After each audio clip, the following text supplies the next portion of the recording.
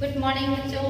Good morning ma'am. चलिए आज आप लोगों का ऋग्वेदिक काल खत्म करेंगे और कल आप लोगों के लिए उत्तरवेदिक काल शुरू किया जाएगा। तो आज हम शुरुआत करेंगे कि जो आर्य है उसमें आप लोगों ने काफी कुछ क्लियर कर लिया है, लेकिन अगर माना जाता है कि आर्य विदेशी हैं तो उन्होंने कैसे यहाँ के लोगों से युद्ध करके जीता, क्या रीजन थे उनके जीतने का, उसके लिए भी कुछ रीजन बताए गए हैं। जैसे आर्यों के जीतने के जो कारक है उसमें 3 कारक बताए गए हैं। इसमें जो पहला है, माना जाता है कि इनके पास घोड़े द्वारा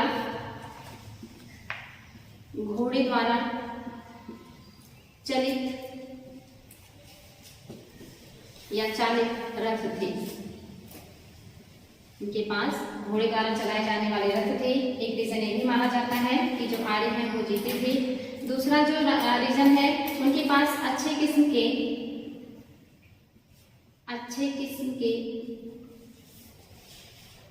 कांस्य हथियार थे। कांस्य हथियार या उपकरण, हथियार या उपकरण थे। इसके अलावा चौथा जो माना जाता है उनके पास वर्म, तीसरा जो है वर्म या कवच। उनके पास वर्म या कवच था जो उनको सुरक्षा देता था, यानी कि सुरक्षात्मक जो है वो हथियार है। तो ये 3 रीजन माने जाते हैं आर्यों के यहाँ के लोगों को हराने के पीछे या जीतने के लिए। पहला क्या है, रथ द्वारा चलित या घोड़े द्वारा चलित रथ, यानी कि घोड़े उसको खींचते थे। दूसरा है अच्छे किस्म के कांस्य हथियार, और तीसरा जो है वो वर्म और कवच है। ये देखिए आप यहाँ पे जो घोड़े हैं ये काफी यहाँ प्रचलित हैं और हथियार और इनके काफी उन्नत है। और आपको पता है कि सिर्फ आर्य ही नहीं, अगर आर्य विदेशी थे तो सिर्फ आर्य ही नहीं, भारत में जितने भी बार आप देखोगे विदेशियों ने जीता है या यहाँ के लोगों को हराया है, इसके पीछे उनके हथियार और उनका युद्ध कौशल भी रहा है। चाहे आप ले लेंगे सिकंदर महान को, जिन्होंने जो है इंडिया पे आक्रमण किया था, पोरस जैसे एक महान शासक को हराया था, तो उसके पीछे भी उनका जो है तकनीकी ही था। उनके अस्त्र शस्त्र थे जो आधुनिक थे, जो हल्के थे, जिनसे युद्ध करना आसान था। उनके सैनिकों का युद्ध करने का जो कौशल था, जो तकनीक था, ये रीजन थे जो सिकंदर पोरस को हरा दिए थे। नहीं तो पोरस की सेना काफी बड़ी थी, काफी शक्तिशाली थी, लेकिन हमेशा जो है इसी वजह से हम हारे। दूसरा उदाहरण ले सकते हैं मोहम्मद गौरी का। पृथ्वीराज चौहान जैसे महान शासक को उन्होंने हराया तो अपने युद्ध कौशल और अपने हथियारों के द्वारा। इसके अलावा आप बाबर को ले सकते हैं, उन्होंने इब्राहिम लोदी जैसे शासक को, जिसके पास इतनी बड़ी सेना थी, उसको हराया तो उनके पास क्या थे, तोपखाने थे। उनका जो युद्ध प्रणाली था, तुगलमा प्रणाली, ये प्रणाली का उपयोग करके उन्होंने जो है भारत पे या कहिए कि दिल्ली पर अधिकार किया था। इसके बाद आप और आगे आएंगे तो आप अंग्रेजों को ले लीजिए। हमारे यहाँ के इतने महान शासक, आप चाहे बंगाल के नवाब को ले लीजिए या फिर आप मराठों को ले लीजिए या मैसूर के आप टीपू सुल्तान और हैदर अली को ले लीजिए। इस तरह से बहुत सारे जो उस समय के शासक थे जो है शासन कर रहे थे, उन सबको अंग्रेजों ने हराया। कैसे? क्योंकि उनके जो हथियार थे वो आधुनिक थे, उन्नत थे, उनकी जो युद्ध करने की तकनीक थी वो आधुनिक थी, और हमने अपनी चीजों में कभी अपडेट नहीं किया, इसीलिए हम बार बार विदेशियों से हारते रहे। तो यहाँ पे देखिए आर्यों के मतलब जो है जीतने का भी रीजन उनके हथियार और उनका युद्ध कौशल ही बताया गया है। ठीक है, तो ये इतिहास गवाह है कि हमने अपने आप को कभी इस तरह से वो नहीं किया, डेवलप नहीं किया या एक तरीके से कि आधुनिक नहीं किया, अपनी चीजों को व्यवस्थित नहीं किया, वरना भारत शायद कभी विदेशियों का गुलाम नहीं होता और हमेशा जो है भारत का अलग ही पहचान होता। दूसरा जो है, जो आर्य थे, इनका जो वस्त्र है, इनके जो मनोरंजन के साधन है, ये क्या हुआ करते थे, तो वस्त्र के रूप में ये 3 तरह का वस्त्र धारण करते थे। एक होता था नीवी मीन्स होता है कमर से नीचे पहने जाने वाला वस्त्र, कमर से नीचे पहने जाने वाला वस्त्र। दूसरा है अधिवास। पहले वास कर दीजिए, वासर जो है ये कमर से ऊपर पहने जाने वाला वस्त्र है, कमर से ऊपर पहने जाने वाला वस्त्र है वासर। और तीसरा है अधिवासर। वासर। ये जो होता था ये चादर या ओढ़नी जैसी चीज होती थी, चादर या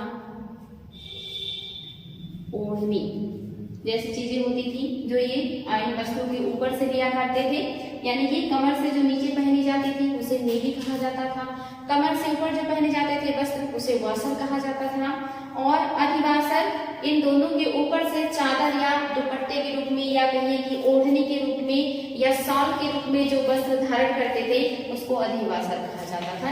ये आर्यों का वस्त्र है। हाँ तो बच्चों, आप लोगों ने देखा कि आर्य किन कारणों से जीते, फिर आपने देखा कि आर्यों के जो वस्त्र थे वो 3 तरह के थे। नेक्स्ट है मनोरंजन। मनोरंजन के साधन के रूप में वो क्या उपयोग में लाते थे? तो पहला है संगीत। संगीत यानी कि वो सॉन्ग सुना करते थे, उसमें बहुत तरह के वाद्य यंत्र भी हुआ करते थे जिसको बजाया जाता था। दूसरा है शिकार, जो आर्य हैं वो शिकार करके भी अपना मनोरंजन करते थे। तीसरा है रथ दौड़। रथ दौड़, वो रथ दौड़ भी किया करते थे, रथ दौड़ का कंपटीशन होता था और एक इनके मनोरंजन का साधन हुआ करता था। और इसके अलावा ये और भी मनोरंजन के साधन थे, जैसे जुआ, जुआ खेलना, जुआ खेलना, ये उनके मनोरंजन के मुख्य साधन हुआ करते थे। संगीत, जिसमें गीत और वाद्य यंत्र दोनों का उपयोग होता था। शिकार और रथ दौड़, जहाँ पे कंपटीशन होता था और जो जीता था उसको पुरस्कृत किया जाता था, ये भी मनोरंजन का साधन है। और चौथा है जुआ, इसको दुध क्रीड़ा भी कहते हैं, ये इंपॉर्टेंट है। दुध क्रीड़ा, दुध क्रीड़ा, ये कभी आए एग्जाम में तो इसी को क्या कहते हैं? जुए को ही द्वित क्रीड़ा भी कहते हैं। इंपॉर्टेंट है, ये आपको पता होना चाहिए। ठीक है बच्चों, नोट हो गया? ओके, आगे बढ़ते हैं। इसके बाद है भीषक। भीषक का क्या मतलब होता है? तो उस समय जो चिकित्सक होता था, जो वैद्य होते थे, उनको भीषक कहा जाता था। वैदिक काल में चिकित्सक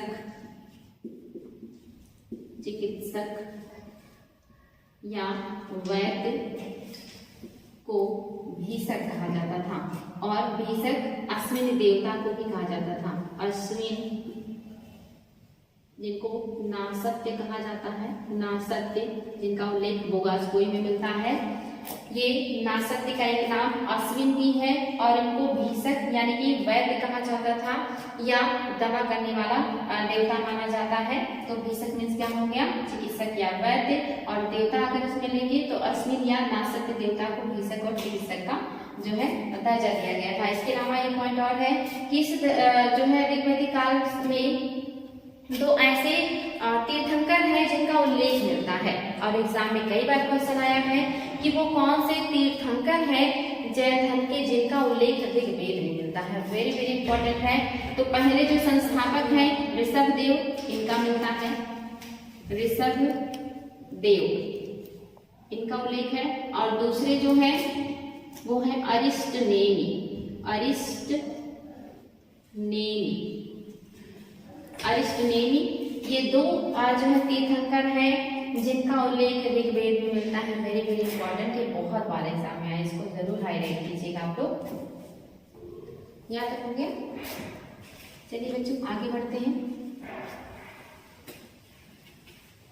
उस समय कुछ जो शब्द हैं उपयोग में लाए जाते थे उनको जानेंगे हम कि वो शब्द क्या थे।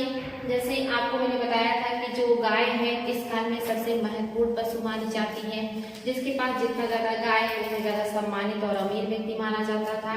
जितने भी महत्वपूर्ण वर्ग होते थे या जो भी शब्द होते थे उनका जो शुरुआत है वो गा शब्द से हुआ करता था। जैसे आप देख सकते हैं यहाँ पे जो राजा है उनको गोपत या गोपता कहा जाता था, धनी व्यक्ति को गोमत कहा जाता था। वेरी वेरी इंपॉर्टेंट, ये सारी चीजें आप लोगों को याद होनी चाहिए। धनी व्यक्ति को गोमत कहा जाता था। दूरी के लिए गवयुक्त या गो निवर्तक का उपयोग किया जाता था। समय के लिए गो धूलि का उपयोग किया जाता था, गोधूलि। तो गोधूली वर्ड आप जानते हैं, आज भी गांव में लोग इस तरह के वर्ड का उपयोग करते हैं। ये समय के लिए, यानी कि जब शाम होता है, सूर्य ढलने के बाद का जो समय होता है उसको गोधूली कहते हैं। अतिथि को गोहंता या गोहन कहा जाता था। रीजन है, जब अतिथि आते थे तो उनको गाय का मांस खिलाया जाता था उनके सत्कार के लिए, क्योंकि उस समय जो अतिथि थे उनको, अतिथि को क्या कहा जाता था, अतिथि देवो भव। इसलिए अतिथियों के सत्कार में सबसे महत्वपूर्ण पशु का, मतलब जो पशु होता था उसका बलि दिया जाता था, उसका मांस खिलाया जाता था। इसीलिए इसको गोहंता या गोहन कहा जाता है।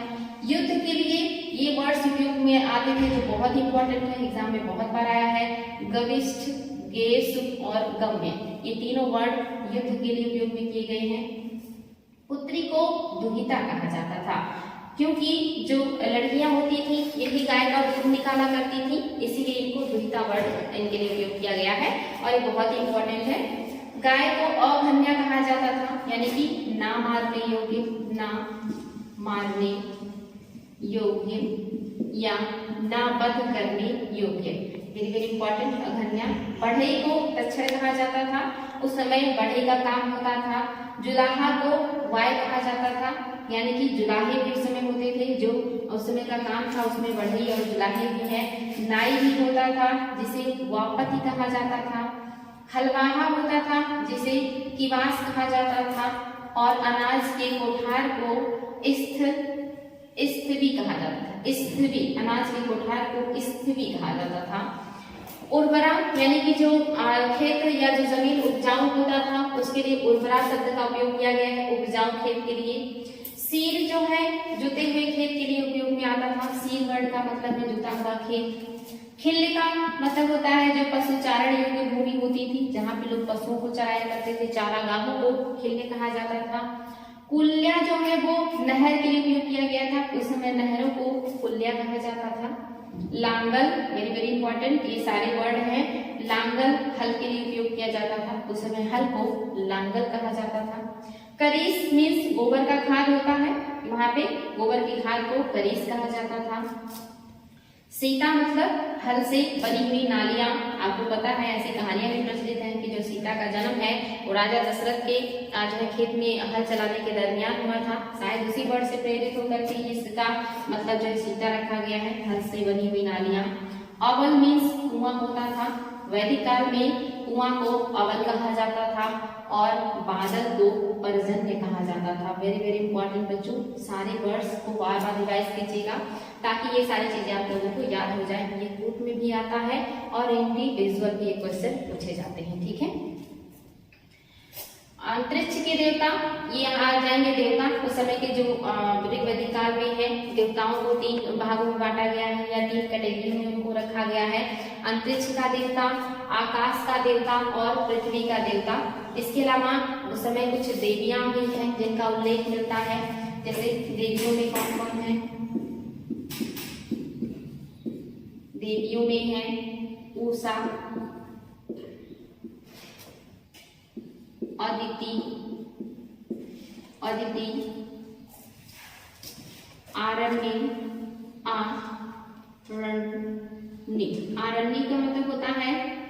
आरण्य का मतलब होता है जंगल की देवी। आरण्य मीन्स होता है, या आरण्य मीन्स होता है जंगल और आरण्य मीन्स होता है जंगल की देवी।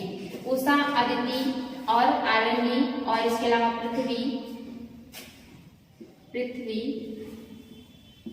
और सरस्वती का भी उल्लेख मिलता है। यानी कि ये सब है उस समय की देवियां जिनका पूजा हुआ करता था। और उस समय जो अंतरिक्ष देवता है वो इंद्र है, इंद्र को अंतरिक्ष का देवता माना जाता था। ये भी एग्जाम में आया है कि इसमें से कौन कौन से देवता हैं जो अंतरिक्ष के देवता हैं या आकाश के देवता हैं। तो इंद्र को अंतरिक्ष का देवता माना जाता है।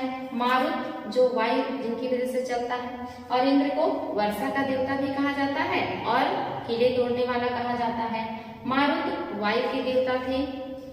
रुद्र जो है ये उस समय अंतरिक्ष देवता है। पर्जन्य ये बादल में निवारक, ये जो बादल को पर्जन्य कहा जाता था, यानी कि जो देवता है ये भी अंतरिक्ष के देवता है। ये 4 देवता है जो आपके अंतरिक्ष के हैं। ये आकाश के देवता है जिसमें वरुण है, सूर्य है और जो है देवस है, अश्विन है, उषा है, विष्णु है, सविता है और मित्र है, पोषण है और अदिति है। ये सारे जो देवता हैं ये आकाश के देवता हैं, बहुत इंपॉर्टेंट है। आप लोग ये जरूर ध्यान दीजिएगा और इसको याद करने का प्रयास कीजिएगा कि जो अंतरिक्ष के हैं वो बहुत कम है। ये 4 नाम अंतरिक्ष के हैं, इनको याद कर लेंगे तो ये याद करने में आसानी हो जाएगा। पृथ्वी के जो देवता हैं वो अग्नि है और पृथ्वी, यानी कि जो पृथ्वी पे देवता है ये तो बहुत आसान है, अग्नि पृथ्वी पे ही पाया जाता है। पृथ्वी तो है ही, वो तो पृथ्वी रहेगा ही, नीचे ही रहेगा। बृहस्पति जो है ये भी वनस्पति के देवता माने जाते हैं, तो ये भी क्या है, इनको भी धरती पे ही होगा। सोम जो है एक पौधा है, या जो सोम देवता है वो सोम पौधे के देवता है, तो ये भी पृथ्वी पे ही होंगे। और सरस्वती नदी के आधार पे आप अनुमान लगा सकते हैं कि जो सरस्वती देवी है वो भी पृथ्वी की होंगी। तो पृथ्वी की जो देवता है काफी आसान है, अग्नि है, पृथ्वी है, बृहस्पति है, सोम है और सरस्वती है। तो इनको आपको रटना ही नहीं है, या आप अपने कॉमन सेंस से याद कर सकते हैं। इसके अलावा बस इन 4 देवताओं को आपको थोड़ा सा ध्यान देना होगा कि अंतरिक्ष के हैं। उसके बाद जो भी बचते हैं वो सारे देवता क्या हो जाएंगे, आपके आकाश के देवता हो जाएंगे। ठीक है बच्चों जी, यहाँ तक कोई दिक्कत? ठीक है, तो आप लोग इसको अच्छे से पढ़िए। ये आप लोगों के लिए बहुत ही यूजफुल है, क्योंकि जो भी पढ़ाया जा रहा है उसमें कॉन्सेप्ट को क्लियर किया जा रहा है। तो बड़े एग्जाम्स में जो क्वेश्चन आते हैं वो कॉन्सेप्ट बेस्ड होते हैं, तो वहाँ पे आप इसको भरपूर उपयोग कर सकते हैं, क्योंकि पूरा प्रयास किया जा रहा है कि आप लोगों का कॉन्सेप्ट क्लियर हो। वनडे एग्जाम्स के लिए भी ये सारे तथ्य वेरी वेरी इंपॉर्टेंट है। इसमें इंडिविजुअल क्वेश्चन पूछे जाते हैं, तो जो है यहाँ पे तथ्यों का पूरा फरमान है। तो ये हर एग्जाम्स के लिए यूजफुल है, बोनेट से लेकर के वनडे तक। कोई भी अगर इसको पढ़ता है, देखता है, तो उसके लिए बहुत ही यूजफुल है। इसको आप जो है आप जानते भी हैं कितने सारे तथ्य मिलना आसान नहीं होता। तो ये सारी चीजें हैं, यानी कि आज आप लोगों ने ऋग्वैदिक काल को लगभग कंप्लीट किया। आर्यों के आगमन, उनके क्षेत्र विस्तार, उनका राजनीतिक जीवन, उनका सामाजिक जीवन, आर्थिक जीवन, इसके अलावा आपने देखा सांस्कृतिक जीवन और आपने धार्मिक जीवन भी देखा। आर्य जो है वो शाकाहारी और मांसाहारी दोनों हैं, यानी कि वो दोनों तरह का भोजन का जो है आहार के रूप में लेते हैं। जैसे शाकाहारी में ये उनके भोजन में दूध है, दही है, इसके अलावा जौ और मांस तो है ही, मांसाहारी है। तो ये सारी चीजें हैं। ये खीर का भी जो है खीर जैसे डिश बनाया करते थे, जिसको उस समय खीर कहा जाता था। खीर या क्षीर पकोदनम, पकोदनम ये वर्ड भी आया है कि क्षीर पकोदनम क्या होता था, जो आर्य बनाते थे, जो वर्तमान में खीर होता है दूध में मिलाया जाता है, वो इस तरह का डिश बनाते थे। इसके अलावा एक और डिश बनाते थे जो बहुत इंपॉर्टेंट है, एग्जाम में आया भी है। जौ के सत्तू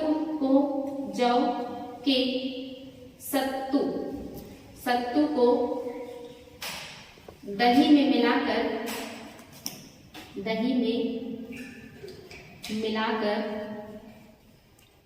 करब बनाते थे। करब ये बहुत ही इंपॉर्टेंट है। करब क्या था, तो दही जो है जौ के सत्तू को दही में मिला करके जो डिश बनाते थे, जो खाद्य पदार्थ बनाते थे, वो करब कहा जाता था। और वो क्षीर पकोदनम और या क्षीर यानी कि खीर भी बनाया करते थे। तो इनके खाने में शामिल था। वो मांसाहारी भी थे, वो मांस का भी सेवन करते थे। इसके अलावा वहाँ पे जो आप देखेंगे ज्यादातर दाह संस्कार का उपयोग किया जाता था, यानी कि समाधान के लिए ज्यादातर दाह संस्कार का प्रयोग किया गया है, लेकिन कहीं कहीं पूर्ण समाधान के भी साक्ष्य मिले हैं। दाह संस्कार का जो आप देखेंगे प्रचलन है, ये हिंदू धर्म में बहुत है, जो कि मान्यता है कि जो व्यक्ति है उसकी मृत्यु के बाद अगर उसे जला दिया जाता है तो उसके जो अवशेष है वो वायु में, आकाश में, मिट्टी में, जल में, क्योंकि माना जाता है कि 5 तत्वों से मिलकर बना है हमारा शरीर, तो 5 तत्वों में विलीन हो जाता है। इसलिए जो आर्य है यहाँ पे ज्यादातर जो है वो दाह संस्कार पाया जाता है, लेकिन समाधान के भी थोड़े बहुत साक्ष्य मिले हैं बच्चों। तो ये लगभग मैंने आपको ऋग्वैदिक काल की सारी चीजें बता दिया है। कल आप लोगों का उत्तर वैदिक काल शुरू होगा।